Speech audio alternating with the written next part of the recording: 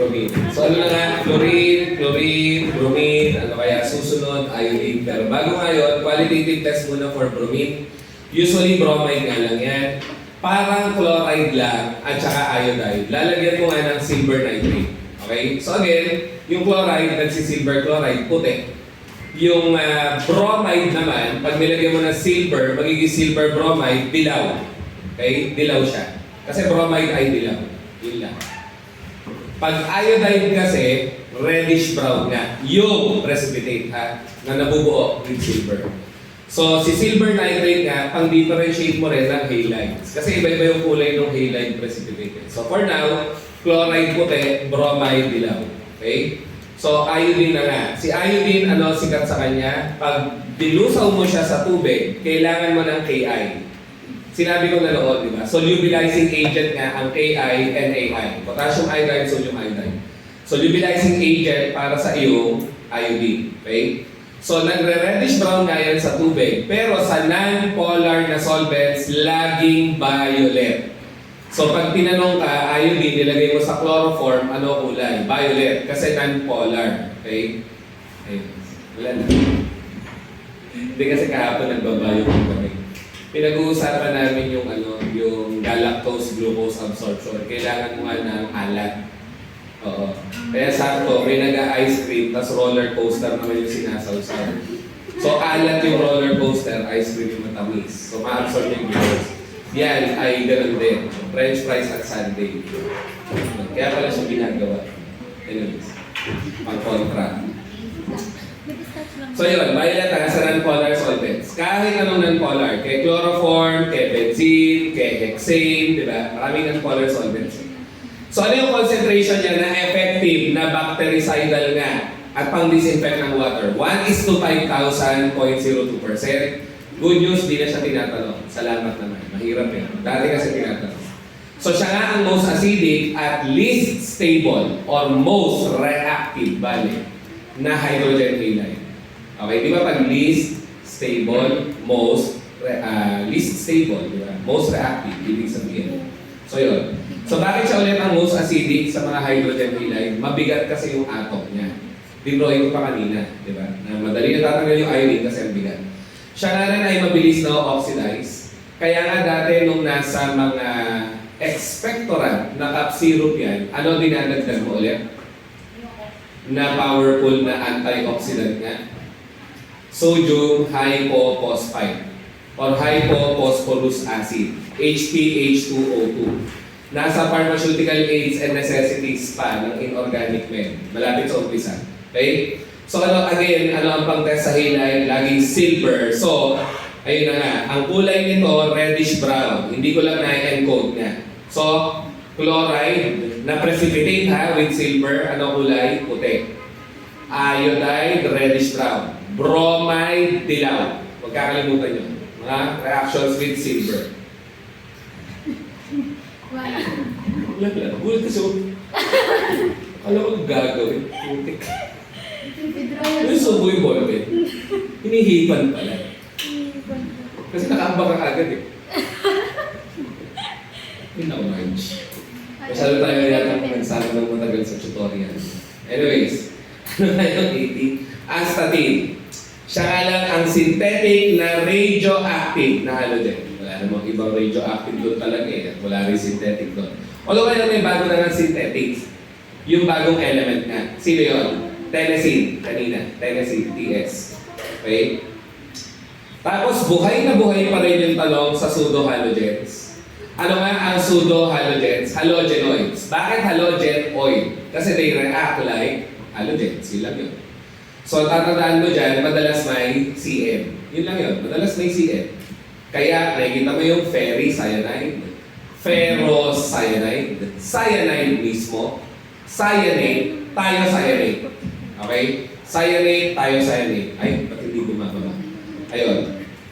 Ulit, ano to? Cyanide, cyanate, thiocyanate, ferricyanide, yung negative 3. Yung negative 4, pwede rin, ferrocyanide na. Pwede rin siya isama dito. Okay? Ayun. Hindi ko lang na-iyan ko. Ferro, yung negative 4. Yun lang ang kakaiba nga, nitride. Nitride na anion ni nitrogen. Okay? So yun, 7B. Ano ang members? Manganese, technetium, rhenium, borium nga. Okay? At sino dyan yung sikat? Manganese lang. Di ba? Although sa radiopharmaceutical, sikat ang technetium. Mamaya na lang. So ang manganese mo nga bale ay cofactor daw saan? Eksaktong tanong sa amin yan. As in yun yung nakalagay sa mismong tanong. At isa sa choices manganese. So cofactor siya saan daw? Sa carbohydrate metabolism, fatty acid synthesis, cholesterol synthesis. Okay? So yun, pati sa protein na metabolism. Okay? So yun. At mahalaga nga siya, bago sinabing carbohydrate metabolism, kailangan mo siya sa glycogen phosphorylation. Ano nga ang glycogen phosphorylation ulit ng biochem? Yan yung reaction pang biyak ng glycogen. Di ba glycogen saan gawa? Glucose. Tapos yung glycogen mo yung nakatagong glucose sa muscles. So pag gutom ka, makakawala yung glucose sa glycogen, ang tawag sa reaction, glycogen phosphorylation. So mahalaga nga siya sa fatty acid. Yun na lang eh. Huwag mo nang enumerate. Fatty acid, cholesterol, ano yun? Taba. Carbohydrate nga, glycogen. Tapos, ano pa? Ano nakalagay? Protein. So yung tatlong biomolecule na mahalaga sa buhay ng tao. Diba? Carbohydrate, lipid, protein, metabolism, mga reactions yan, makangailangan ka ng manganese. Kaya essential si manganese. And again, pag sinabi essential, ulit-ulit, hindi nagagawa ng katawan mo, pero kailangan ng katawan mo. Kaya kailangan i-provide ng diet. Yun lang. Pag nasobra ka sa manganese, ang symptoms nga ay trap. Ano sakit yung may symptoms ng trap na tremor, rigidity, akinesia, postural instability, yung typical one. Parkinson's nga. Trap, di ba? Trap. Movement disorder kasi yan. Tremor, rigidity or paninigas ng muscles, akinesia, hindi ka makagalaw, or makagalaw ka man mabagal. Pag mabagal, ano tawag? Bradykinesia. Postural instabilities nga. Pakuba ang posture kasi ng may Parkinson's. Okay? So yun, kamukha niya ang symptoms ng Parkinson's disease. Pag nakalason siya, so ano yung gagamot mo? Eh, di gamot sa Parkinson's, ano nga nasa butika na gamot sa Parkinson's? Levocarbidopa ang common, di ba? Tama? Levocarbidopa. Pero sino dun yung gamot talaga sa Parkinson's? Kasi di ba dalawang gamot yon? Dapat alam na. Ano yung dalawang gamot ng levocarbidopa? Levodopa, carbidopa. Yung levodopa yung pang Parkinson's. Yung carbidopa, tumutulong lang kay levodopa, makaabot siya sa utak. More on that sa pingolwa na lang. Okay? Ulit. Boom! Mababalikan pa natin. So, qualitative test for manganese, manganese muna na positive 2. Ano ulit kulay ng sulfide ka? Salmon pink or flesh. Diba? Sabi natin kanina. No? Siya nga lang nag-iisang salmon pink or flesh na sulfide. Si manganese ammonium phosphate naman, pag pinag-react mo siya sa phosphate with ammonia, kulay pink pa rin. Hence, the only pink phosphate. Okay? Siya lang ang pink na phosphate. Si manganese. So, tandaan mo lang, manganese, Mn naman eh. Mn. Parang sana na-imagine mo yung spelling ng pink. Di ba? Mn, pink. Paano ma-imagine? May N, wala lang. Manganese, pink. Or it's how you pronounce it also. Manganese, pink. Di ba? Mink. Mink, pwede rin. Okay. Ganda yun. So, ano kulay ng permanganate naturally? Violet, di ba? Violet. Intense na violet. Pero pag dinilute, mink. Hindi, pink na. Pink. Pag diluted siya. Yung analysis mo. So, ano nga ang tinatest mo lagi para kayong permanganate niya? Yung kanyang ability to be an oxidizing agent. So, mag-o-oxidize siya ng agwa. In the process nga lang, pag nang-o-oxidize siya, nare-reduce nga siya. Ano ba charge ng pala? Ano charge ng manganese sa permanganate?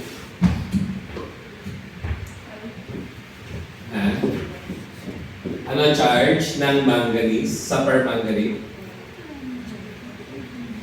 Oxide. Again, yung mga charges niyan yung total. Total daw negative 1 eh. So oxide negative 2 times 4, negative 8. So ilan to dapat para mag-negative 1? 7. 7. Ayun, kaya nga, pag nagiging manganese nga siya, ano nangyari sa kanya? Bumababa ang charge or ang tawag nga sa reaction ay reduction. Ganun lang. Kaya siya oxidizing agent, reducible siya. Bumababa charge. Okay? So yun. Ano nga kulay ng manganese kasi? Wala. Colorless. Laging yun ang pang-detect mo ng permanganate. Pag re-reacting mo siya sa reducing agent, kagaya ng agooxygenata na, mawawala yung kulay na violet, magiging colorless. So same reaction na with, ano nga ulit, yung magaling na panglinis sa permanganate, paulit-ulit, oxalate, pwede nga rin ferrous, pwede nga rin thiosulfate, kasi lahat yan ay reducing agent. Okay? Thiosulfate, pwede rin, hindi ko lang nailagay. Tsaka nitrite. Sige, for context purposes, basta reducing agent, K8 organic med yan, KQC1 or analysis 1. Huwag na mong kakalimutan yung nitrite, thiosulfate, tsaka oxalate. Nitrite, thiosulfate, oxalate. Lahat yan, reducing agent. Common, sobra na mga reducing agents. Okay? So yun. Tapos, yung ferrous, bakit reducing agent? Again, pag reducing agent ka, na-oxidize ka naman. So, pwedeng tumaas yung charge mo. Galing kang ferrous, nagiging ferric nga. Okay? So, yung TC, take care. Hindi. Technetium. Bakit nga siya tinawag nga technetium? Produkto nga siya na, wet na wet kayo Lakas ba? Ayun. Pawis. Pawis ba yan? Alam ko ulan, sorry na. Okay. Baka nainitan kayo dyan, buksan nyo lang. Ako okay na ako dito. Para pabor sa mga lamigin. Anyways, kanina kasi pinatayan yata kami ng aircon ni Kim. Pero theory lang namin. Gumagana pa naman siya. Kala ko, it's either pinatayan or nasira kasi. Anyways, technetium nga ay hango, Tagalog, hango sa pangalan na technetos, meaning synthetic. Okay? At produkto nga siya ng radioactive decay. At marami kang radio-pharmaceuticals nga, sinabi ko kanina, na may TC. Ano nga yung mga nakikita nyo? Ata, sa ibang subject. TC99M phytate, TC99M heptagluconate, TC99M hida, TC99M ethydronate. Hindi mo kailangan enumerate. Anong napansin nyo lang? Puro sila may ano sa umpisa? TC99M. So ano yung TC? Technetium nga. Okay? 99 yung isotope. Ano yung M? Tinatanong yung M, by the way. Kasi sobrang common nga ang technetium sa radiopharmaceuticals. So, ito yung M. Metastable. Okay? Mamaya, matadaanan natin. I think. I'm sure pala. Nandyan yun. Somewhere. So, eto tayo sa mga compounds na nila. So, si iodine nga, ano yung sikat? Na-discuss na natin ito, right? Iodine solution versus iodine tincture. Parehas sila may iodine. Yun nga lang, ano alam sa iodine nga, hindi nga ito water soluble. Kaya nag-a-add ka ng solubilizing agent. So ano solubilizing agent ng both solution and tincture nga? Sodium iodide. Kasi isa lang yung may Ki. Sino nga yung may Ki? KISS, di ba? So yun. So okay na tayo doon. Tapos ano yung official concentration ng dalawa? 2%. Ano lang ang difference? Yung solution, tubig lang with sodium iodide. Yung tincture mo naman, ano laman? May 50% ethanol nga with sodium iodide pa rin naman. Okay, yun lang ang sinasabi. So dati sikat silang mga antiseptic. Don't get me wrong, official pa rin sila. Ayaw lang natin gamitin antiseptic kasi nga, pag pinahin mo sa balat ang iodine, nag-iiwan ng anong kulay? Kulay tae. Sorry na, hindi naman talaga brown. Okay? At ang hirap tanggalin. Kaya nga, kailangan, alam mo, yung pangtanggal. Ano alam yung pangtanggal ng iodine? Paulit-ulit. For the 5th time, thiosulfate nga. Thiosulfate. At pwede nga rin antidote si thiosulfate sa... Sorry. Pwede nga antidote si thiosulfate sa iodine. Okay? Ano ba yung pwedeng antidote sa iodine? Na carbohydrate. Na ginagamit na binder disintegrant sa dosage form. Starch, di ba? Starch kasi, kumakabit si iodine. No? Sorry. Sana umabot yung boses ko. May 5 to 8 pa ako mamaya. Strong iodine solution, ano pangalan? Lugol's. Diba? Lugol's, no? Ilang percent iodine nga? 5%. Ano ulit gamit ng KISS? 5%. Sige, ano siya sa hyperthyroidism nga? Cauterizing agent. Pinagkukumpulan niya yung cells para tumibay at maging firm for surgery. Iiwasan nga ulit ang KISS kailan? Pag magre-radioactive iodine na bawal nga mag-surgery kasi hindi clear. Okay? So yun. Ano Kim? Pwede ka na mag-boards? Bukas. Agad. Joke lang. Ano yung phenolated iodine solution? Buhay na naman to. Ang tagal na wala nito eh. Yun ang mahirap yung unpredictable part. Hindi namin masabi kung ano yung bubuhayin na luma na naman. Bolton solution. May phenol. Ganun ko siya binabanggit eh. Bolton. Phenol. Wala lang. Phenolated. Okay? At yan nga ay obsolete na disinfectant kasi, yun nga, bukod sa may iodine na mahirap tanggalin, may phenol na Makati. Di ba Makati ang phenol? Nasubukan nyo na matapunan sa lahat ng phenol. Makati siya matagal. Okay? Ayun. Ano naman, Kirby? Makati ka? Joke lang, joke lang. So, ayun. Kasi tinataas mo naman ng kilay eh. Ha? Ginigising mo. Gano'n ka mag-isip? Ano? Okay. Nice to know. Hindi joke lang. Gising ko pala nun. Group 7 na compounds. Sino yung pinakasikat na may iodine na? Siyempre naman. Wala nang iba kung hindi si betadine. No? Ano ang tinatanong kay Povidone nga? Full name, PBP. Ano yung PBP ulit? Polyvinyl pyrrolidone. Sige. Complex nga yan ng iodine with polyvinyl pyrrolidone. Ano nga ulit ang advantage? Naka-complex yung iodine mo dyan. At water-soluble yan na complex. So dun pa lang alam mo na, madaling hugasan. Yung iodine nga hindi mahugasan. Tapos ang betadine, kahit sariwa ang sugat, pwede mo ilagay. Hindi kagaya ng ethanol at isopropyl alcohol, ang sarap sa pakiramdam. Pag bagay sugat, gusto mo alcohol, sarap. Di ba? Gising. No? Anyways, irritating nga kasi. Betadine hindi. Baka ma-confuse ka ha. Wala lang. Baka hindi masarap yun, yung alcohol. Tsaka, na-experience mo naman siguro. Sugat, binusa ng alcohol. Masakit, di ba? Mapapak. Di ba? Wala lang. Para lang maigsan yung sakit.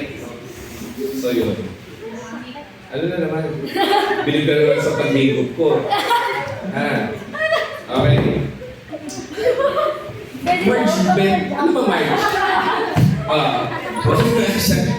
Hindi nga siya irritating, therefore hindi siya toxic pati. Kahit may mo lang hindi sinasadya. Water washable, alam na natin. Tapos yun nga, yung nasa povidone iodine, hindi agad nagbovolatilize. Hindi kagaya ng iodine lang, nagbovolatilize kagad.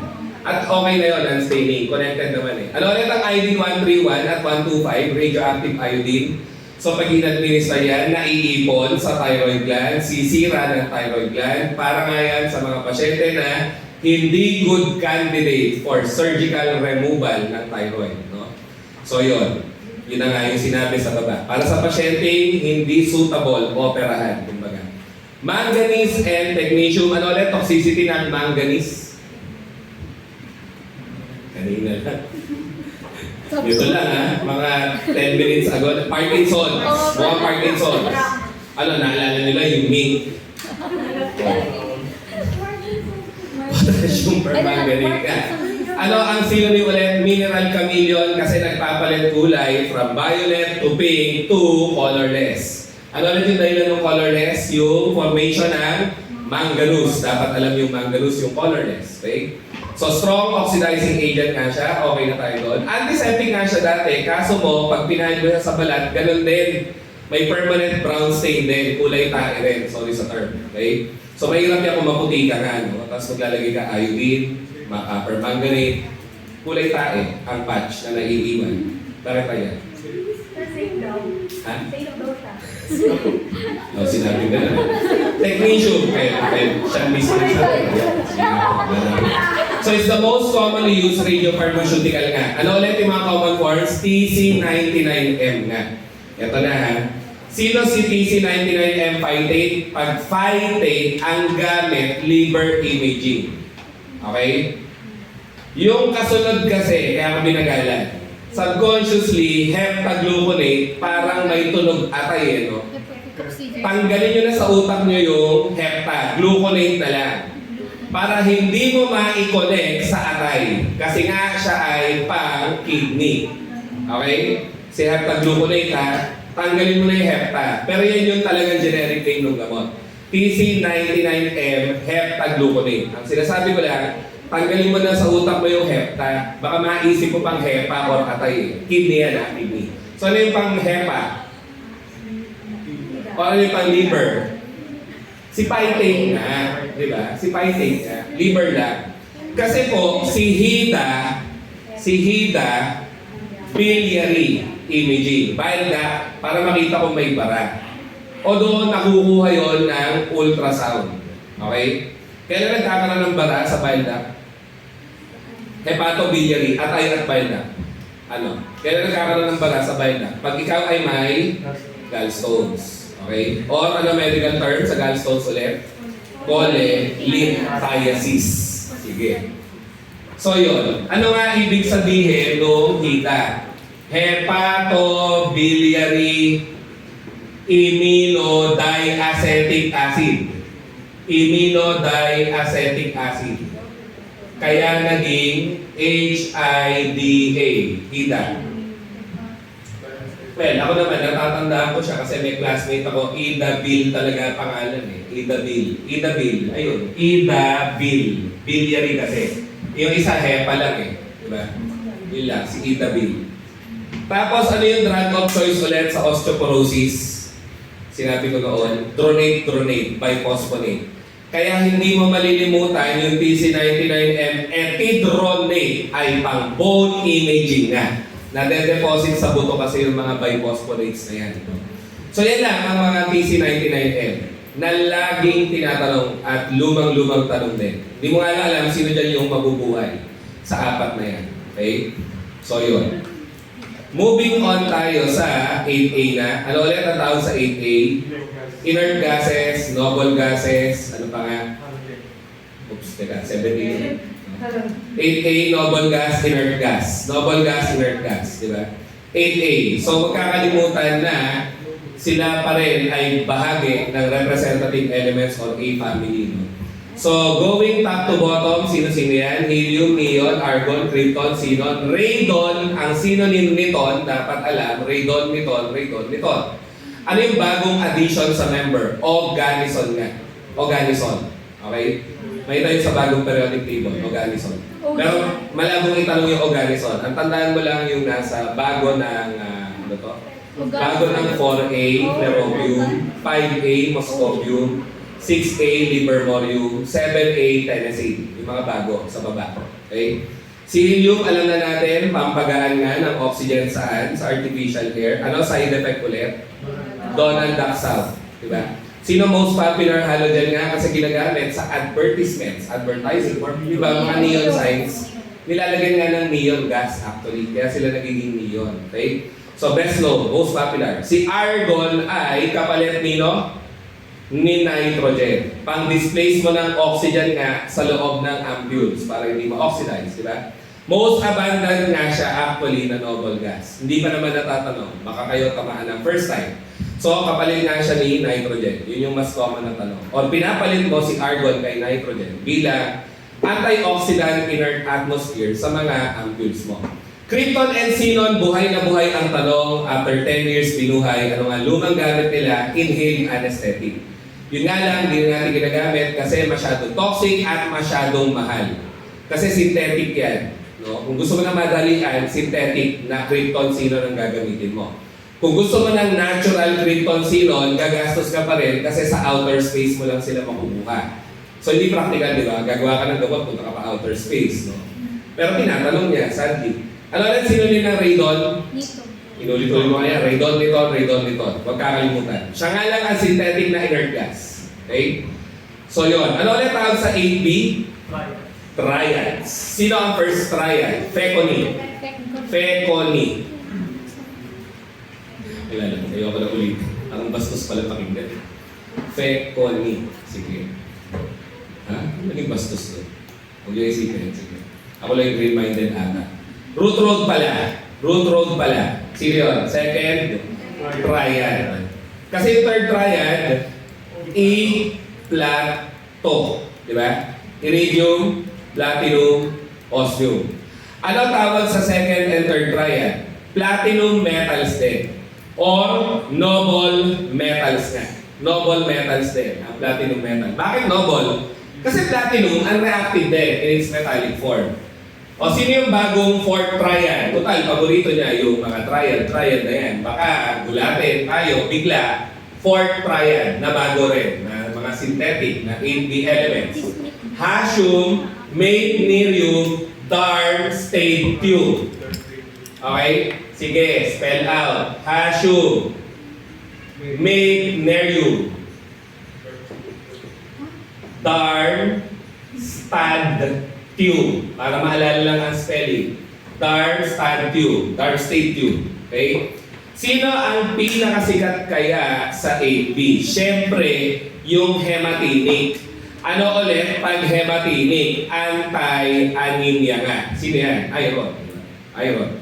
So ano ang tawag din kay iron? Falling stars or shooting stars. Kasi siya dati ay nakukuha or na-extract from meteorites that have fallen down on Earth.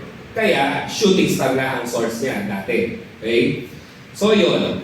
Kaya yun na rin ang naging synonym niya. Sino ulit most abundant metal? Aluminum. Siya yung second ngayon. Si iron. Second most abundant metal. Anong vitamin ulit ang nagpapataas ng activity niya at pinapataas niya activity? CDE kasi. Alam na. Clipper din yan. So pag ininom ng iron, alam na, anti-anemic, hematinic. Pag pinahed ng iron, stitic. At gamot din siya na parang zirconium nga. Saan? Urosol. Ano yung urosol? Sa kanina yun poison ivy. Na nagkakos ng contact dermatitis, delayed hypersensitivity type 4. Bizarre na ADR. Daming kinunik, sobra. Okay. Ito na. Sablay na naman. Anyways, so ang iron nga ang central atom ng ano? Heme. Kasi magnesium ang central atom nino. Limot na agad. Iron central atom ni heme at hemoglobin. Magnesium central atom nino? Chlorophyll. Chlorophyll, di ba? Ano daw ang tawag sa central nucleus nga ng heme? Ferrous protoporphyrin. Sorry na. Ferrous protoporphyrin. Ang chemical name ng central structure or nucleus sa heme. At ano nga ang lason na nag-i-inhibit ng porphyrin synthesis? Lead nga. Di ba kanina lead nagkakos ng anemia, sabi ko? Yun. Kasi lead would inhibit porphyrin synthesis. So di ka gagawa heme, di ka gagawa hemoglobin, di ka gagawa dugo. Okay? Yun lang. Ano ulit yung pyrophoric? By the way, iron, saan din nakikita nga? Sa cytochrome. Sa cytochrome P450. Ano ulit yung cytochrome P450? Naman.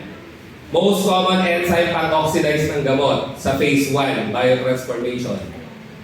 Wala na, hindi na alam. Diba, ang gamot namamatay activity, phase 1, phase 2. Ano yung dominant? Phase 1. Phase 1 na ano? Oxidation. But sa dominant, CYP. Cytochrome P450. May iron yun. Kasi dakilang oxygen transfer nga ang trabaho ng iron na naka-ferrous. Okay? Ngayon, yung cytochrome C, sa nakikita, electron transport chain ng biochem. So, ganun din. Pang-transport mo rin siya ng oxygen basically. Ano ulit ang alloy na sikat na may iron? Siyempre naman, steel. Bakal, iron. Kaya nga ang dugo, amoy bakal din. Tama ba? Mag-agree. Yung dugo na lumabas sa sugat, Huwag yung galing menses. Sorry na. Iba amoy nun. Di ba? So yun. Ano amoy? Ba't yung ringiting-ngiti ka? Tatating ka pa kay Rania. Ano? Steel, iron and carbon. Paano mo doon siya gagawin stainless? Lagyan mo nga ng chromium and nickel. Lalo na chromium. Bakit? Ano ba nagkakos ng kalawang? Oxygen nga, oxide nga di ba? Ferric oxide is kalawang. So, maglalagay ka chromium nickel para yun yung ma-oxidize. So, hindi ma-oxidize yung iron, hindi ka makakagawa ng kalawang kahit pa may oxygen. Okay? Kaya magiging stainless nga siya. Ito, 2 beses tinanong sa amin yung ferric at mali ako parehas. Tandiyo nang inaya, okay lang. Tapos na yun Okay? Ano daw kulay ng ferric? Inuna ko yung ferric kasi nga yun yung mistake ko nung ako yung nag-exam. So ano kulay ng ferric pag nakadissolve sa tubig? Yellowish brown yellowish brown, hindi reddish brown. Dali ako dun eh. Nasa A kasi yung reddish brown. Inanap ko lang brown. So mali ako. So yun, yellowish brown. Pag ferrous, in solution, green vitriol nga eh. Yun lang. Pag tuyo sila na walang tubig, ang kulay ng ferrous mo nga ay puti. Ang ferric mo, iba-iba. Kaya hindi tinatanong. Good news. Yung dry state nila or anhydrous state nila. Okay? Ang tinatanong while in solution. So, tatatama lang bale, green at yellowish brown. Okay? So, yun. Hydrated meaning naka-solution po. So, yun. Kadalasan ng iron nga nakikita sa dalawang protein na may iron nga naturally. And broad classifications yan or general classifications yan. Heme proteins, hemoproteins yun. Papasok dyan si CYP at saka si cytochrome C. CYP, again, cytochrome pa rin eh. Cytochrome P450. Di ba kanina sabi mixed function oxidase, sana na-realize natin na tinutukoy nga nun si CYP. Di ba? Si CYP kasi maraming functional group ang kaya i-oxidize. Okay? Yun lang. Tapos, ayun na. Hemoproteins nga, kagaya ng cytochrome, P450 kanina. Ngayon, cytochrome C, saan yung cytochrome C ulit? Sa electron transport chain na nga. Tapos, ano sa biochem? Yung mga heme-containing proteins, hemoglobin, myoglobin nga. Ano difference ulit? Ano daw ang primary biochemical role ng hemoglobin? Oxygen transport. Ano primary biochemical role ng myoglobin? Oxygen storage sa muscles lang. Kaya nga myoglobin. Magkaiba sila ang trabaho. Tapos meron ka rin stored form and transport form ng iron. Ano yung stored form na? Ang tatandaan mo lang, ferritin. Kahit wag na yung hemosiderin. Okay? Okay na po yung ferritin. Okay? Storage ha? Stored form ng iron. Sino ulit yung metal na catalyst ng storage ng iron? Pati release. So, bali wala ang ferritin mo pag wala ka nung metal na tinatanong ko. Dinrawing ko pa dito eh. Sino yung catalyst ka ko ng storage, pilayan mo, release ng iron, copper nga. Bali wala ang ferritin ng walang copper. Pero pag nalaso ka ng copper, ano tawag? Wilson's disease. Di ba? Ano antidote?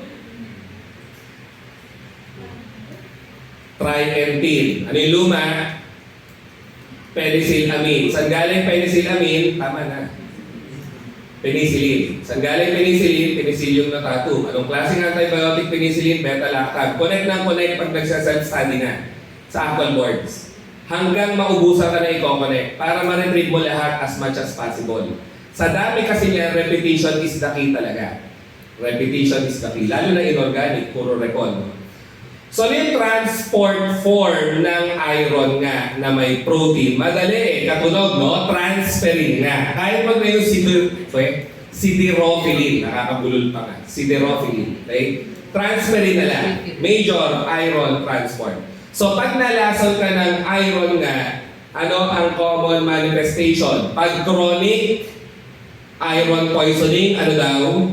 Masyadong mapula dugo. Ano tawag? Hemochromatosis. Pag masyadong mapula dugo, it means marami ring hemoglobin masyado, lalapot nga yan. Thrombus pa rin ang kaaway mo dyan. So, ano treatment sa hemochromatosis? Phlebotomy. Alam niyo yung phlebotomy? Susugatan ka medically, prick-prick, butas-butas, or, syempre, mag-donate ka ng dugo. Blood transfusion. Sobra dugo mo, mag-donate ka. Real talk lang. Hindi naman talaga yun. Okay? Chronic iron poisoning. Kasi pag acute iron poisoning, ano nga? Yung katabi. Hemorrhagic gastroenteritis. Acute kasi, marami ka na inom. Acidic ang iron. Acidic nga siya, bubutas ng bituka. Okay? Sino nga madalas tinatamaan na acute oral iron toxicity? Bata. Bakit? Kasi di ba, sugar content ang kanyang tablet. No? Mukhang mix na kulay pink. Okay? So ano ang antidote sa iron? Yung standard talaga, neferoxamine, tinuturok, para yon sa iron na na-absorb na or nasa dugo na. Kasi kung yung iron nasa bituka pa, pwede ka pang mag-oral deferasirox nga. Okay? Kasi nandun pa eh. Di ba? So, medyo bago nga si deferasirox. But not so bago, matagal na rin yan sa market.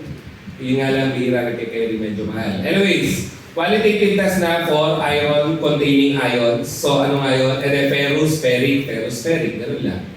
Madali naman yan. Ito i-correct natin to. Ito kasi yung updated. Sorry na.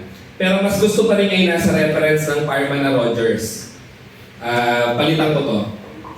Si ferrous, magre-react nga sa, ano kaya charge nito? -3. May Sanskrit eh, no? So ano to bale? Anong basa? Ferricyanide. Ang tatandaan mo lang, yung us magre-react sa ik. Si ferrous magre-react sa ferricyanide. Ang mabubuo mo nga dyan, ito kasi yung nasa Vogels na bago. Kaso syempre, Parma ang boards. Doon tayo sa Parma reference nga. Ang sabi ng Parma reference na luma, na hindi pa nga na-update talaga, si ferrous magre-react sa ferricyanide. Ano nga ang mabubuo? Ganyan eh. Ganyan. Ferrous, ferricyanide.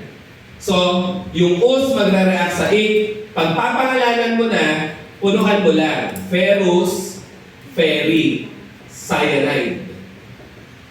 Kasi ang tawag sa precipitate na yan ay Turnbull's Blue. Binuhay din niya si Turnbull's Blue. Okay? Kasi po, pag ferric naman, kasi nandito iba eh. Iba 3 tapos 4. Kaya nga ito yung nasa Parma reference kako. Let's take to this one, wag na nga ito. Yan yung bago. Yun yung challenge pa eh. Hindi mo rin alam kasi kung yung reference na ginagamit eh. Pero kung matatanungin, ang tinatake mong exam ay pang Parma, might as well use yung pang Parma na reference. And isa lang kasi talaga reference na pang Parma sa Inorg Rogers na. Okay? Nakopong-kopong pa ang last publication. So, ito naman yung sa ferric. Ano napansin? Ito wala tayong mabaguhin. Tama to. Si ferric nga, nag-react naman sa ferro. Ferro ito -4, di ba? So, bale, nagkamali lang ako, walang bracket kasi. Ganun dapat eh. Potassium, ferro, cyanide. So, yung ferric, pag nag-react sa ferro, ano mangyayari? E di syempre, ferric magre-react sa ferro, cyanide. Kaya ang produkto mo naman dito, baliktad. Ferric, ferro, cyanide. O tapos, sa boards, ang makikita mo pa dyan, pinaigsi. Ano pinaigsi? Ganyan lang. Ferro, ferri, cyanide. Ito naman, ferri, ferro. Tinanggal lang yung C pala, di pala masyado kumigsi. Ngayon ko lang na-realize. Ferrifero. Okay? So, yun. Ferricyanide ay, ano naman ang tawag? Prussian blue. Yun. So, sana wag malito. Yung nauna yung O, ferro nga ferro.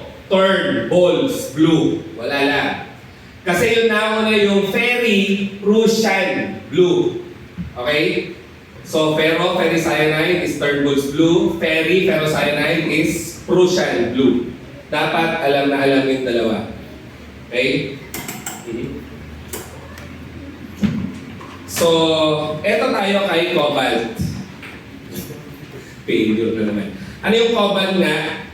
There, cobalt. Nang meaning goblin. Okay? Hindi rin explain ba't goblin eh. So, saan mo siya makikita? Cobalamin.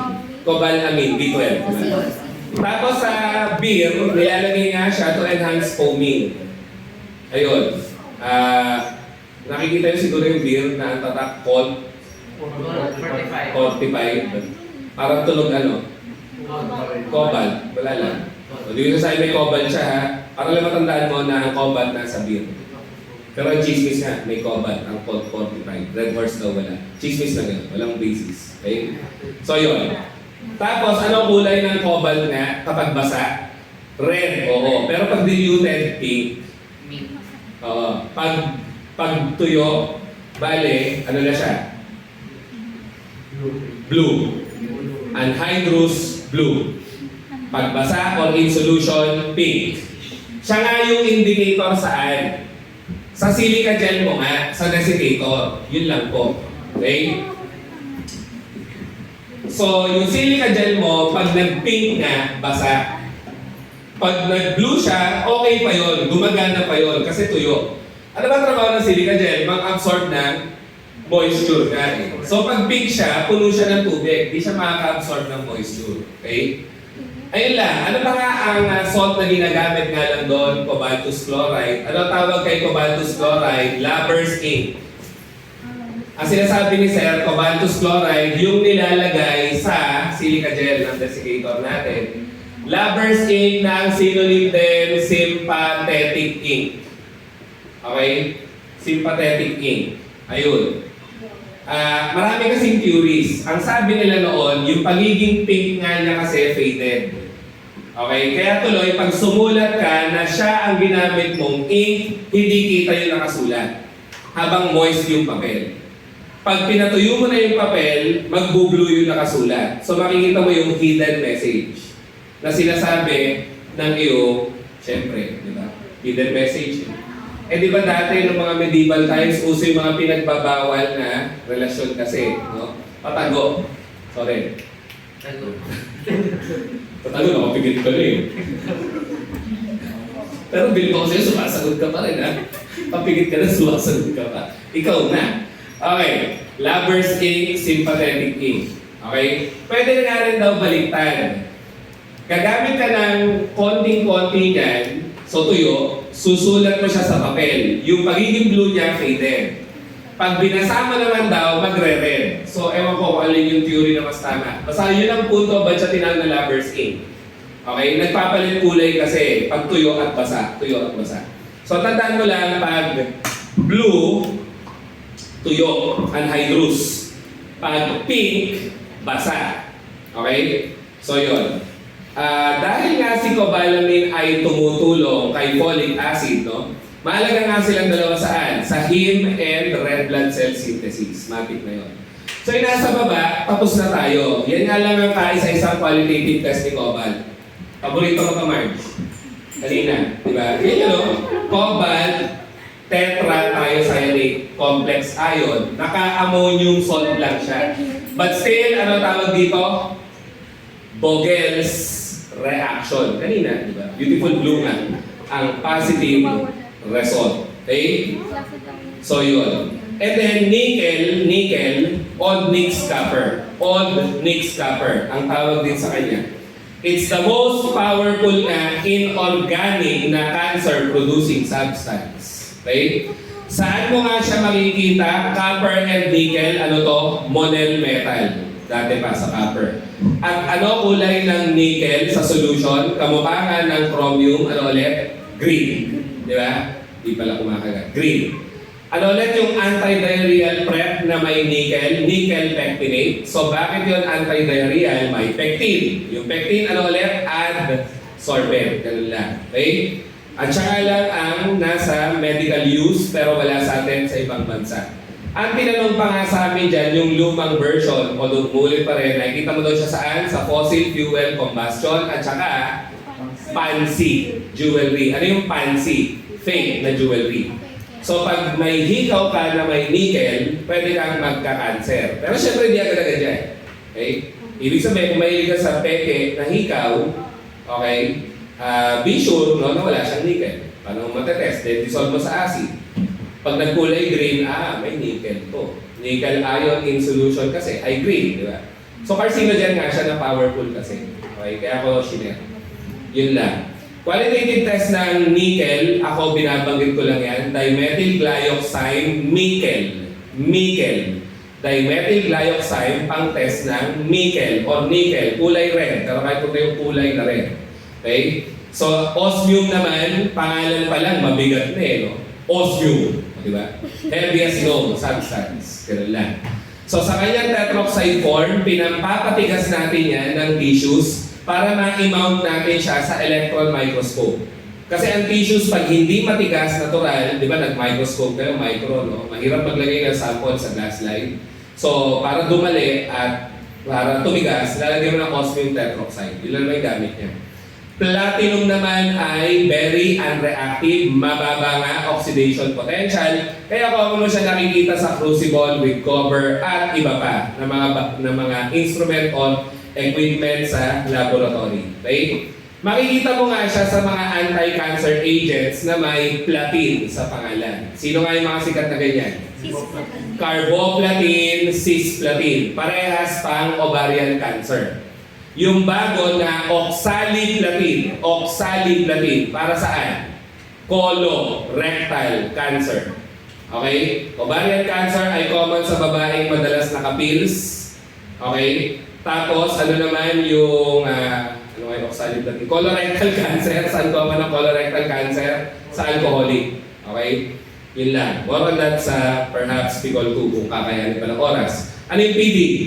Siyempre, palladium. Ano ang sinulat ko kanina? Si nickel, si palladium in carbon, si platinum in carbon, puro in carbon. Ano nga sila? Catalyst for hydrogenation or reduction na reaction. Di ba? Tama? Yun lang yun. At para saan nga ang reduction? Pang-convert ng unsaturated to saturated. Di ba? Yun. Last slide na, no? Di ba? Ferrous sulfate. Ano to? Green vitriol nga. Huwag kakalimutan, pito ang tubig niya. So, ferrous sulfate, heptahydrate. Sino ba yung heptahydrate na isa? Mag sulfate. Sino yung pentahydrate pa? Cupric sulfate. Cupric sulfate, pentahydrate. Tapos saan nga antidote si copper or cupric sulfate? Sa phosphorus poisoning. So yun. So ito green vitriol. Tapos most widely used nga siya at most economic. Bakit most economic or matipid ang ferrous sulfate? Dati hiwalay pa nga yung in-org med sa in-org chem. So nakakagawa pa kami ng ferrous sulfate namin. Pwede pa namin itableta. Oo, madali kasi gawin yan eh. Kuha ka lang pako, tsaka sulfuric acid. Oo, pako. Ano ba yung pako? Iron, di ba? O, ano yung sulfuric acid? May sulfate. So pag nag-rapid dalawa, ano kaya mabubuo? Pero sulfate. Kaya mura siya. Economic. Okay? Yun lang. Pag tinanong, ilang percent iron nga ang kaya na i-provide? Per gram. O, percent na lang. Si ferrous sulfate, ha? 20%. Okay? Kasi yung iba rin. Ano yung sikat ngayon? Sa mga sangob yun, Europe yun, ano napapansin nyo? It's either fumarate or gluconate. Bakit sila sikat? Less irritating eh. Yun kasi yung problema ni sulfate. Irritating sa bituka at stomach. Kaya kailangan nga after a meal. Pero yung dalawa sa baba, fumarate, gluconate, okay lang eh. Kahit walang laman ang tiyan. Pero pag sumakit, edi kumain ka pa rin bago mo sila i-take. So yun. Ferrous fumarate, toleron, ferrous gluconate, fergon. Pag sila lang yung laman. Although wala na yung mga yan. Tinatanong pa rin kasi yung mga lumang brand name. Sorry na. So si fumarate nga, ilan ang laman? 33.5% ang kaya niya i-provide na iron. Si gluconate naman, ilan ang kaya i-provide? 12%. Tapos may makikita ka pa, anhydrous iron salts. Anhydrous iron salts. Nga, ilang iron ang kaya i-provide daw? 36.8%. So bakit tandang-tanda ko kahit number? Alam mo na, tumingin ka lang doon. Yung S mukhang 2, 20. Di ba? Si fumarate naman, pag sinusulat mo kasi siya, ganon eh. Fumarate. Pilit na pilit, I know. 33.5. Kaya tumitingin muna ako bago ko isulat yung number. Kasi ngayon nare-recall ko pa yung image. Ang gamit nga ng visuals, gamitin mo lagi, titigan mo lagi, para nakikita mo pala, alam mo na ibig sabihin. Okay? So yun, marami pa yan. Mga study guides, study technique, syempre. Tapos, si gluconate naman, yun ang nakikita ko talaga. 12. Gluconate, 12%. Si anhydrous naman, ang nakikita ko doon, pilit na pilit, Pilit na pilit. Ay, sorry. ANHYDR anhydrous, 36.8. Alam ko, pangit. Pero yun yung nakikita ko hanggang ngayon, 36.8. So, sino ang pinakamataas pala elemental iron na kaya i-provide? Kaya lang, irritating nga sila. Sabi ko nga masyado. Kaya we stick to this. Pag kaya ng budget ng pasyente, itong dalawa. Lalo na to, no? Mahal ng mga fumarate salts. Alam mo na kung bakit? Mataas iron na kaya i-provide, less irritating pa. Diba? So, yun. Yung dalawa sa baba, madali-dali naman eh. Iron, dextran. Abangan mo lang, iron na may dextran. Ganun lang. So, ferric hydroxide nga yan na may dextran. Ano ulit yung dextran sa biochem? Anong klaseng gum daw yan sa PICO? Microbial gum nga. Nakukuha mo yan sa action ng anong gram-positive na bacteria sa sucrose? Euconostoc mesenteroides. Kung hindi pamilyar, hayaan na sa kana lang. Sana nga, PICO. So, ferric hydroxide dextran. Ang tinanong sa amin yung mas madali, if you'd ask me, iron sorbitex. Kasi nga, abangan mo lang, complex ng sorbitol with iron. Kaya nga nakuha yung sorbitex. So, yan nga ay complex ng iron with sorbitol, with ferric salts, minsan ferric hydroxide, depende sa manufacturer. Tapos may citric acid with more sorbitol. So, doble-doble sorbitol mo, kaya alam mo kagad, na sorbitex. Okay? And that will conclude yung nasa slide, last na to. Yung cationic analysis nga ay analytical groups ng cations na hindi nga nadidiscuss sa undergrad talaga. Usually sa review center na lang kasi kulang talaga sa oras. So ano yung mga analytical groups ng cations? Analytical groups of cations. Meron ka doon group 1. Ano tawag sa group 1? Insoluble chlorides. So alam mo na, sino nga ito? Si San Miglite. Si San Miglite, di ba? Silver, mercurous, di ba? SM, tsaka plumbus. Okay? O yun. Yung group 2 naman, ang tawag kasi acid insoluble sulfides. Ibig sabihin lang, mga cations to na nape-precipitate ng sulfide. Pwedeng H2S, pwedeng ammonium sulfide. Tapos pag nag-add ka ng nitric acid or whatsoever acid, hindi na nga sila nalulusaw. Okay? So, ang makikita mo doon, antimonus, arsenius, mercuric, okay? Bismuth, copper, in the form of cupric, tsaka si cadmium. Tapos meron pang tin 2. Ay no, mahirap. Ano ba ang ginagawa ko dun dito? Binabanggit ko lang siya na parang, di ba, group 2. So parang dalawa kayong mga masyal. So sama, mercury kasi yun. Sorry na. Sama.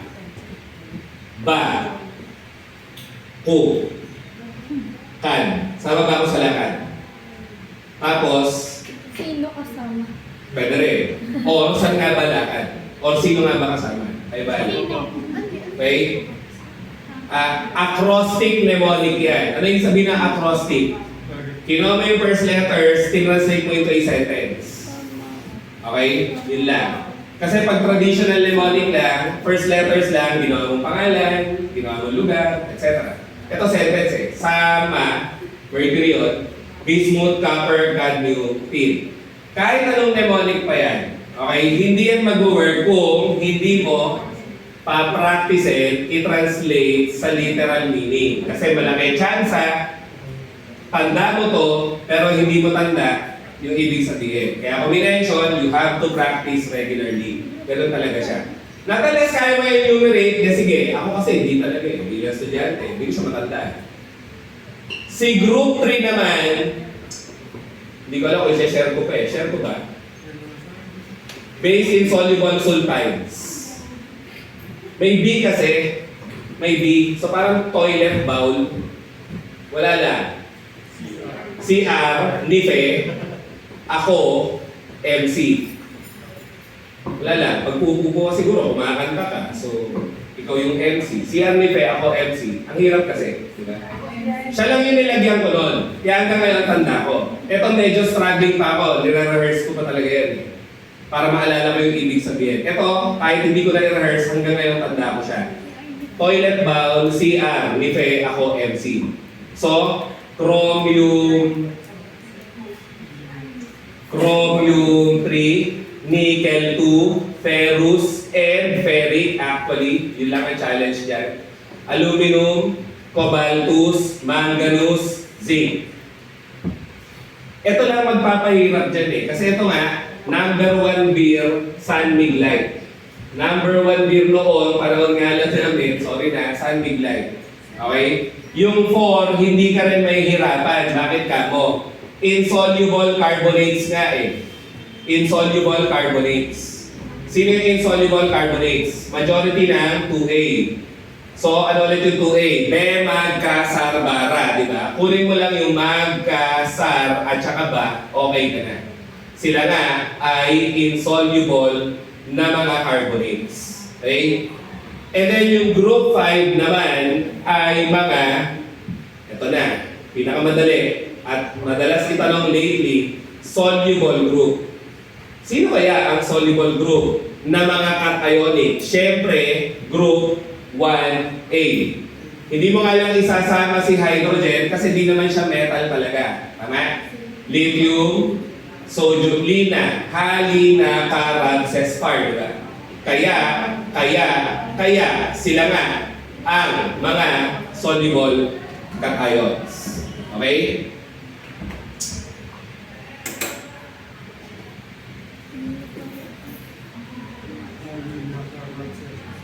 May anion pa kasi. Sakit sa ulo ng anion. Wala lang. Kasi for the longest time, eto sa review center nga dinidiscuss. Tuloy, madalas itanong.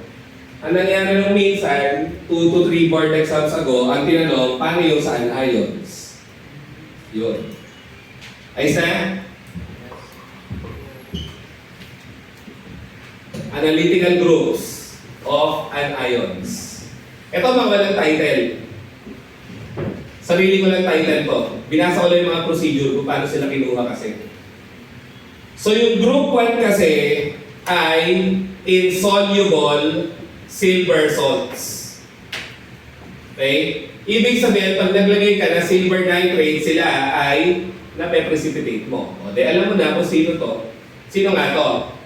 Lahat ng halide. Ay, di, wag pala yun. Di kasama si chloride, sorry. Ano kanina? Noong nagsimula tayo after lunch, di ba? Chloride, ano pa? Bromide, ano pa? Iodide, ano ulit kulay? Puti, ano ulit kulay? Reddish brown, yung mga silver salts nila. Ano ulit kulay? Pale yellow. Di ba? At ano pa nga? Yung mga pseudo-halogens. Sino ulit yung pseudo-halogens or halogenoids na? Basta may cyanide. So, pwedeng cyanide, pwedeng thiocyanate, pwedeng cyanate. Idadamay mo nga lang si, eto na naman sila, ferricyanide nga or even ferrocyanide. Ibig sabihin nun, dalawa silang kasama dito sa insoluble silver salts. Okay? Nape-precipitate sila ng silver.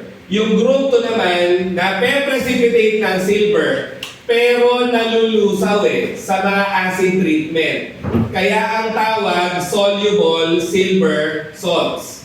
Diyan nga papasok si acetate, si sulfide, si nitrite. Tatlo lang ang soluble silver salts. At ito nga yung tinanong, by the way. Ayun, ang sabi ko nga, isipin mo na lang. Silver. Ano na pe-precipitate kadalasan ng silver? something na may chloride. Anong compound ang common na may chloride? Sodium chloride. Ano Tagalog ng table salt? Acetate, sulfide, nitrite. Acid. Wala na. Soluble silver salts, acid. Hirap. I know. At malamang, pagka-graduate nyo, limot nyo ulit yan. Kaya babalikan mo talaga siya. Di ba? Yan ang storya at struggle ng lahat sa inorganic net. Ang daming nire-recall eh. So yung group 3 mo naman, ang tawag na soluble silver and barium salts. Yan kasi ang pinagtetest kadalasan nga sa mga anion. Silver nitrate, barium chloride, di ba? So, sino yung silver and barium salts na sige na precipitate pero nalulusaw din ng acid pag nilalagyan mo pa ng excess acid? Ano nga to? Borate. Borate na ganito. Ano nga basa muna pala? Orthoborate. Pero sige, for now, pwede na nga borate. Ano ulit toxicity ng borates? Boiled lobster. Di ba? Borates. At ito nga kanina na nagiging kidney stone. Oxalate. Di ba? Oxalate. Ito nga kanina na nasa cream of tartar. Tartrate. Di ba? Tapos ito pa na mababa ang oxygen. Sulfite. Kasi pag mataas, sulfate. Okay? Ilan na to? Borate, oxalate, tartrate, sulfide, ano pa nga isa? Bicarbonate nga, sorry. Bicarbonate pala, yung madali pa yung nalimutan ko. Bicarbonate at carbonate. Okay? At opo, kasama pa rin acetate. So sila nga yung pinakamarami. At wala nga akong pananda, kaya hirap din ako i-retrieve sa memory. Kung may maisip kayo, then fire away lang. Suggestion ko, isulat mo rin yung mga name, baka doon ka may ma-extract na mnemonic. So, borate, oxalate, tartrate, sulfite, bicarbonate, carbonate, at acetate. So, yan ang qualitative part chem. Diba ang course nyo nga or subject ng first year, pharmaceutical inorg chem with qualitative part chem. Kaya sakit sa ulo. May mga analytical chem pa na concepts. So yon ang group 3. Pag group 4 naman, ang tawag mo,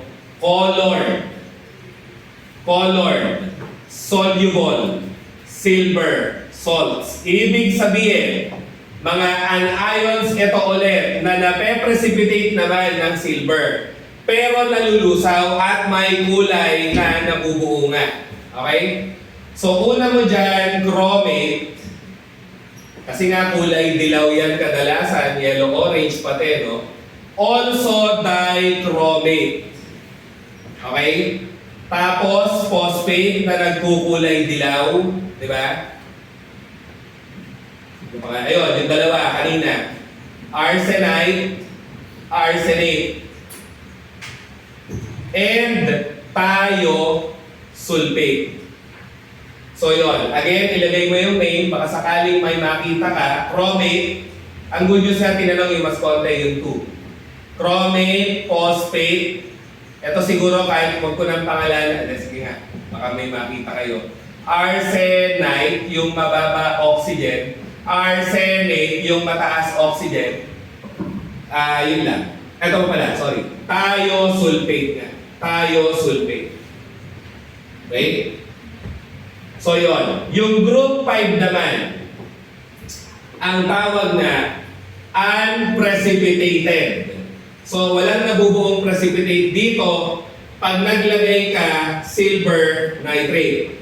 Alam mo yan, kasi yan nga yung common reagent, silver nitrate. Hindi siya mape-precipitate ng silver, di ba? Kasi siya mismo yung pang-precipitate mo nga sa iba, silver nitrate solution. At saka yung silver chlorate. Okay? Or chlorate, hindi yan precipitate, water-soluble salt yun ng silver. Last but not the least nga ay group 6.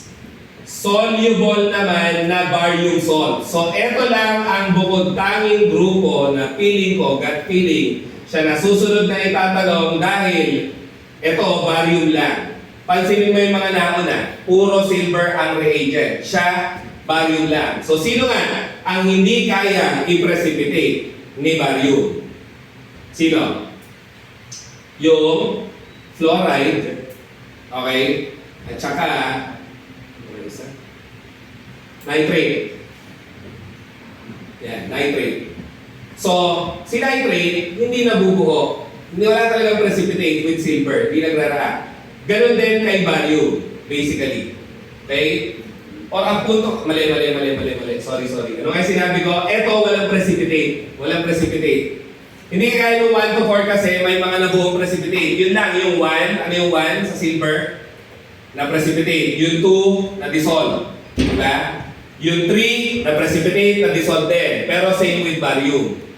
Yung 4, na dissolve pa rin yung precipitate, pero may kulay. Yung 5, totally walang nabuong precipitate. Ang gusto ko sabihin kasi dito, barium ito na mga anion na nape-precipitate pero nadidissolve nga ng acid. Kontik na. Sulfate nga yan, yung pinakasikat.